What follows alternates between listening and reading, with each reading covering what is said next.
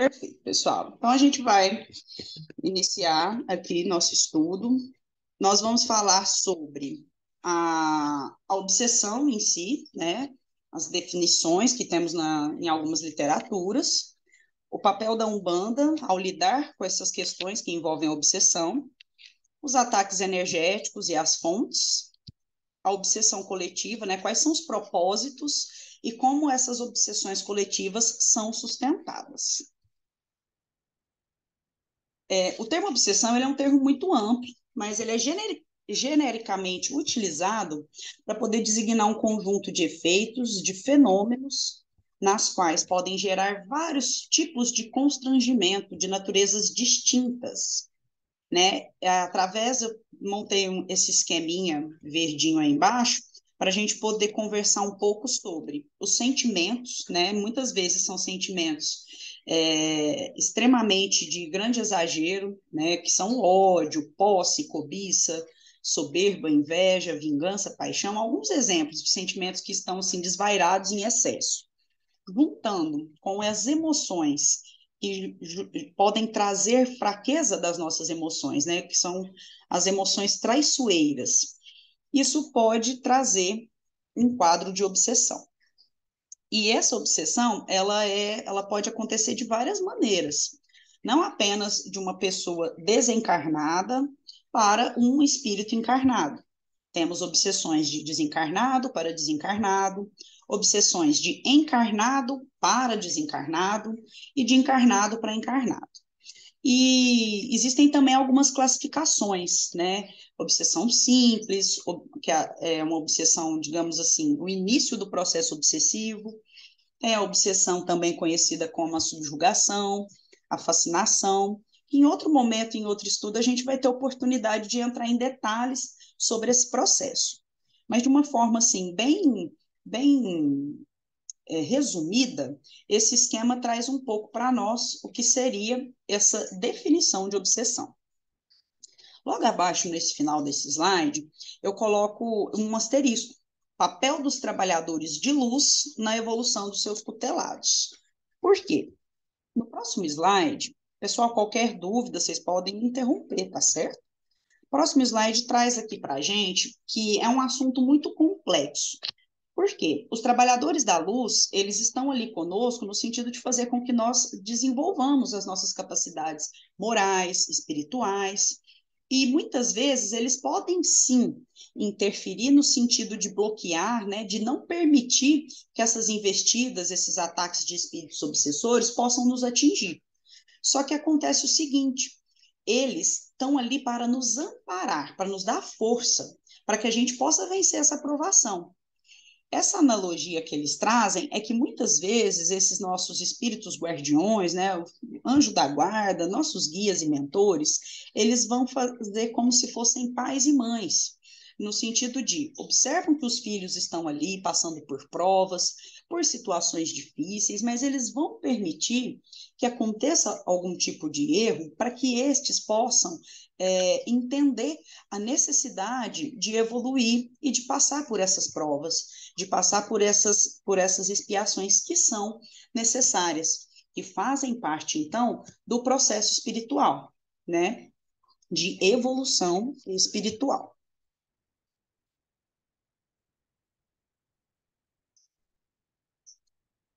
Próximo slide. Muito bem. A Umbanda, ela tem a função de combater as forças ocultas que visam a discórdia, que visam os conflitos, né?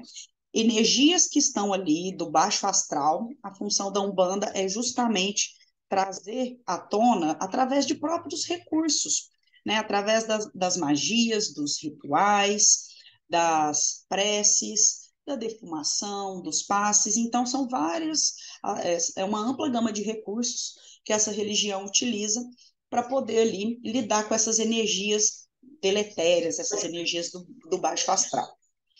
E aí, coloca esse pouquinho, esse trechinho, seja para o bem ou para o mal, né? Tanto no plano material quanto no plano astral, eles vão caminhar juntos, seja no enfraquecimento ou no crescimento de uma força. Isso vai acontecer ao mesmo tempo nos nossos dois mundos. E por isso que esses espíritos, eles são os organizadores de lei. Eles vão permitir que a gente traga os esclarecimentos, né, que eles nos tragam os esclarecimentos para que a gente possa aqui, encarnados, continuar a nossa jornada de evolução espiritual. O movimento, ele é organizado para esclarecer, e ele tem se proliferado muito, né, no mundo afora. E por isso que é muito importante que nós, né, trabalhadores da última hora, todos aqueles que estão envolvidos nas causas espiritualistas, a gente tenha que se esforçar, né, se doar um pouco mais, para que consigamos, então, obter sucessos nessa tarefa do desenvolvimento da mediunidade. E essa mediunidade, pessoal, ela não precisa ser apenas aquela mediunidade de incorporação, né, a psicofonia. Temos vários tipos de mediunidade, né? Temos a psicografia, temos aquela mediunidade mais intuitiva, sensitiva. Então, é o trabalho ali da mediunidade como um todo. E por isso que a gente precisa, né, sempre estar com o nossa anteninha, com o nosso radar muito bem ligado. Por quê? Eu coloco também entre parênteses, no asterisco. Temos as brechas, né, que é justamente nós, como seres imperfeitos, estamos aqui na Terra e somos passíveis de, seja um vício, tabaco, álcool, outras drogas. Também temos as questões que envolvem as emoções fortes, né, como aquelas que eu citei no início, ódio, rancor, inveja, medo, culpa, paixão desvairada.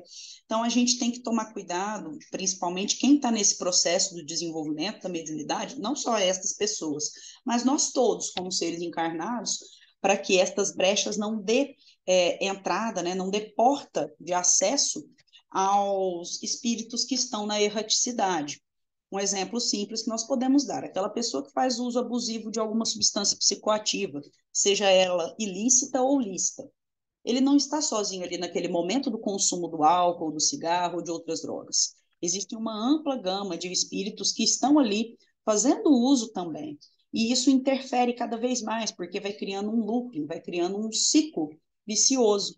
E para o médium é muito difícil, pois a conexão dele com os guias deve ser uma conexão estabelecida de respeito, né? E para aquelas pessoas que têm algum vício muito forte, muito importante, é uma luta, assim, no processo de reforma íntima, que é esse próximo asterisco que eu coloco aqui. A gente precisa ter sempre em mente que não vai ser de uma hora para outra, né? Uma pessoa que está lá há 15, 20 anos usando álcool, usando qualquer outra droga, não vai mudar do dia para a noite, mas um pouquinho, gradativamente, né? Passinhos de formiguinha, é necessário esse esforço da pessoa para que ela continue ali desenvolvendo e desempenhando o seu papel na seara caritativa da espiritualidade.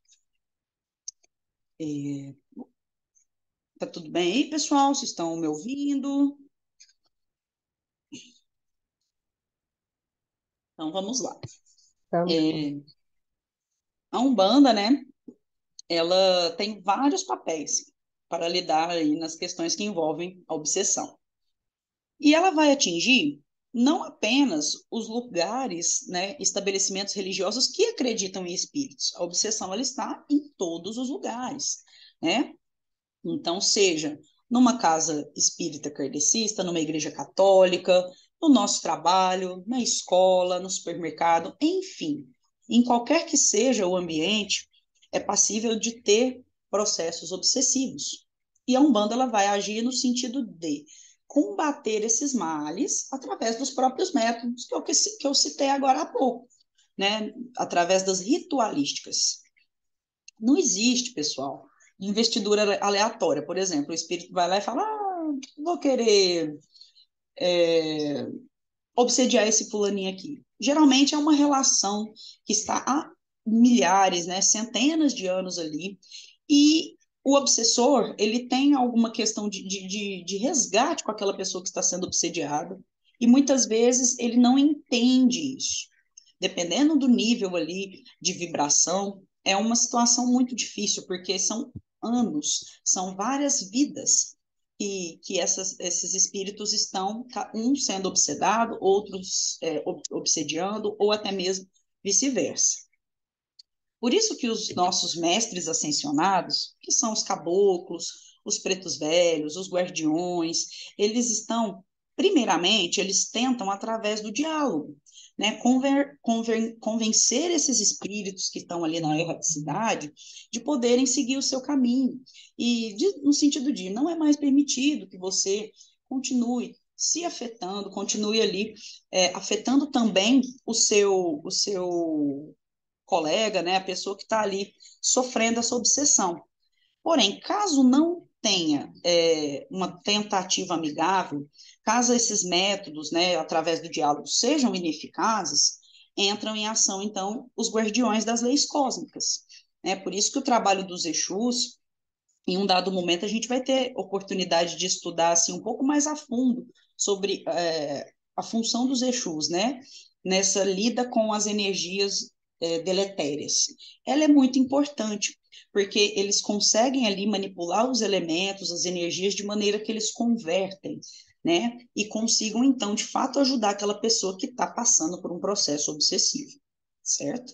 Aí nessa figurinha vocês podem ver, né? Um médium está incorporado com preto velho e ele está fazendo uso, né, da arruda, do fumo, do cachimbo, para poder fazer essa limpeza da coroa, né? Da pessoa que está ali precisando desse amparo espiritual.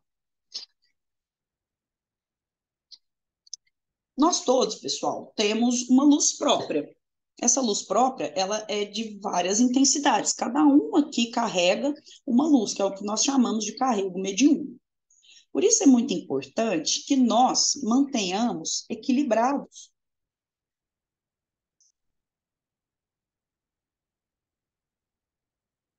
Mantenhamos equilibrados os nossos. É, eu perdi aqui, só que aqui. Para o sucesso do trabalho, desculpa, pessoal, que deu uma travada. No atendimento caritativo, é muito importante que todos os irmãos estejam com seus pensamentos elevados. Por quê? Oi, Dora, pode falar. Só um Silvinha, instante. não sei se você está visualizando, tem uma pessoa pedindo para admitir ela. Ih, tá, muito obrigada, mas Eu, aqui parece eu, que já está todos admitidos. ai, não sei, então mandou agora. Aqui os que chegaram eu já admiti todos, mas muito obrigada. Vocês vão me falando aí, tá?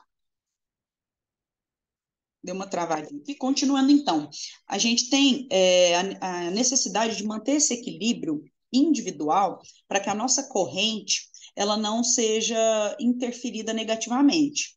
Então, aí no exemplo, ó, é, os pensamentos elevados e que suas energias naturais estejam positivamente carregadas, para que sua retirada e utilização tenham fins benéficos, pois quanto maior o padrão vibratório, melhores ainda serão os efeitos e a manipulação das energias de forma correta. Agora vamos pensar. Se dessa forma, né, através do equilíbrio dos nossos elementos, dos nossos centros de força, a gente consegue resultados positivos, o inverso também. Por isso que quando existe um desequilíbrio de um integrante da egrégora ali, dos nossos trabalhadores, dos nossos colaboradores, isso pode afetar de forma negativa toda a corrente, todo o trabalho. Por isso é tão importante a gente ter em mente a nossa necessidade de reforma íntima, de evitar com que nossos pensamentos sejam atravessados durante o nosso trabalho, porque um irmão ali estando balançado de forma negativa, isso pode afetar de forma assim muito importante todo o nosso conjunto, toda a nossa corrente.